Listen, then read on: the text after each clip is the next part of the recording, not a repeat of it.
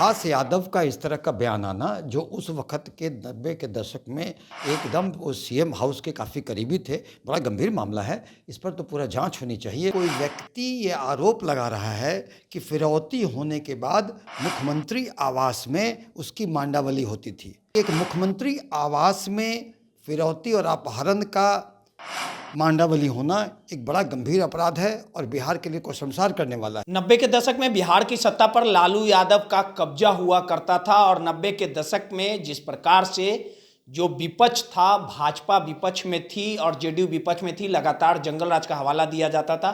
उसके बाद बिहार की कुर्सी तक नीतीश कुमार पहुंचे, लगातार 19 सालों से बिहार की कुर्सी पर विराजमान भी हैं।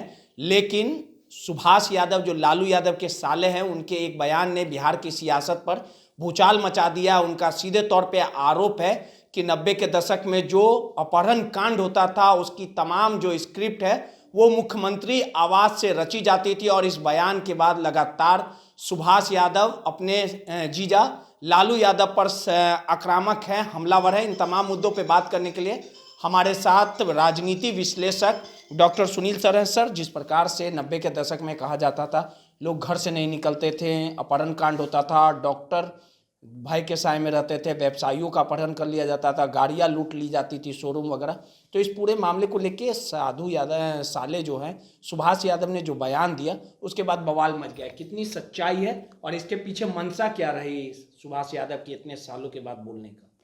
देखिए, 90 दशक के पहले निश्चित ही कानून व्यवस्था की स्थिति जो खराब थी, उसके लिए लालू यादव जी ने अपना भोग लिया। राजद सत्ता से चली गई, नीतीश जी आए, उन्हीं कारणों से आए। लेकिन अब उस पास्ट की बात करना हमें लगता है कि बहुत महत्वपूर्ण नहीं है। नीतीश जी 15 वर्ष से ज़्यादा से हैं।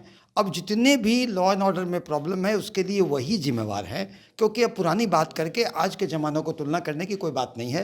क्योंकि देखिए, आज के क्राइम भी जो है वो क्राइम हो रहे हैं, ये महत्वपूर्ण नहीं है। महत्वपूर्ण ये है कि कोई व्यक्ति ये आरोप लगा रहा है कि फिरौती होने के बाद मुख्यमंत्री आवास में उसकी मांडावली होती थी, यानी कि अपराध सत्ता संपोषित थे।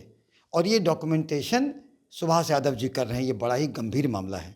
या तो ये पारिवारिक विवाद का नतीजा है या इसके पीछे गंभीर छुपे हुए हैं। सरकार को ये बात गंभीरता से लेनी चाहिए, इसमें जांच करनी चाहिए और ये तह तक जानी चाहिए, क्योंकि एक मुख्यमंत्री आवास में फिरौती और अपहरण का मांडावली होना एक बड़ा गंभीर अपराध है और बिहार के लिए को शर्मसार करने वाला है। तो इसकी पूरी तरह जांच होनी चाहिए। जांच भी ऐसा हो जिसके जो फलाफल आएँ, तो एक तो वो जस्ट हो, इंसाफ हो, दूसरा जनता को लगे कि निश्चित ही एक पारदर्शी रूप में जांच हुआ है। सर, सवाल उठना लाजमी है कि सुभाष यादव उस समय लालू यादव के साथ ही थे, कई बड़े पदों पर भी रहे। उस समय लालू यादव के दाएं बाएं उनके साले रहते थे। तो आखिर 2 दशकों के बाद सुभाष यादव का इस तरह का बयान देना कहीं ना कहीं सवाल तो उठाता। और कहने वाले ये भी लोग कहते हैं कि उस समय उत्पात मचाने में सुभाष यादव भी कम नहीं थे।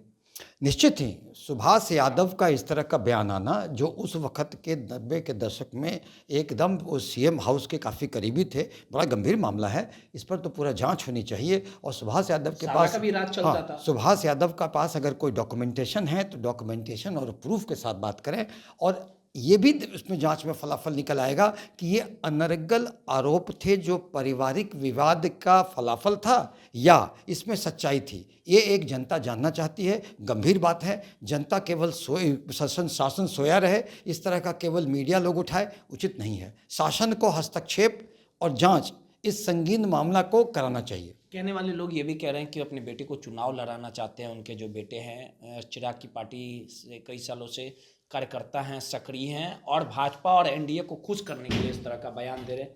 अगर सवाल उठेगा तो उन पे भी तो उठेगा कि उस समय क्यों नहीं उठाया? अगर वो ईमानदार थे तो उस समय तो उठाना चाहिए। देखिए, राजनीतिक मंशा, कौन चुनाव लड़ना चाहता है, कैसे लड़ना चाहता है, उनकी अपनी इच्छा। अपने बेटे को कहाँ से टिकट दिलवाते हैं। लेकिन ये चीज़ें, ये आरोप कि सीएम हाउस में फिरौती और अपहरण की मांडावली होती थी, ये बड़ा गंभीर है। इसका अगर निष्पक्ष जांच होगा तो ये भी बात निकल के चली आएगी कि किस मंशा से आरोप लग रहा है, आरोप में कितनी सच्चाई है, कौन कौन दोषी थे। जो उस वक्त की बात निकली, इनका एक गवाही, एक बहुत ही महत्वपूर्ण है। पुराने केसों को खोला जा सकता है इस मामले में और सारे केस को अंजाम दिया जा सकता है और जांच निष्पक्ष और पारदर्शी हो। जितनी सवाल आप उठा रहे हैं, जितनी जनता के मन में सवाल कौंध रही है, सबका जवाब मिल जाएगा। मामू भगना लड़ लिए तेज प्रताप और सुभाष जी।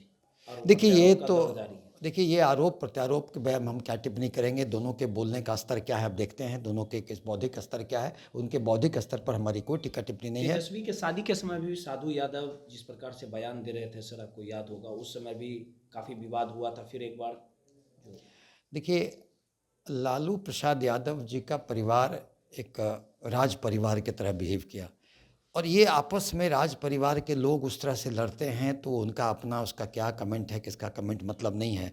लेकिन फिर हम लोग वहीं पर आ जाते हैं, एक बड़ा ही संगीन आरोप कि फिरौती और अपहरण का मामला बोले मुख्यमंत्री आवास में होता था, सबूत के साथ दें और सरकार जांच करे और सरकार बैक डेट से आज के दिन में एफआईआर करे, उनके बोली पर एफआईआर करे, उसकी निष्पक्ष जांच करे ताकि दूध का दूध और पानी का पानी हो। बयान पे एफआईआर। चलिए सीधे तौर पे तमाम बातों का तर्क रख रहे थे और जिस प्रकार से सुभाष यादव के बयान के बाद लगातार बिहार में सियासत है और कहीं ना कहीं लालू जी के जो साले हैं सुभाष यादव, वो पूरे राबड़ी परिवार को कहीं ना कहीं घेरने का काम करिए। सहयोगी अनिल के साथ रोहित, दर्शन न्यूज़, पटना।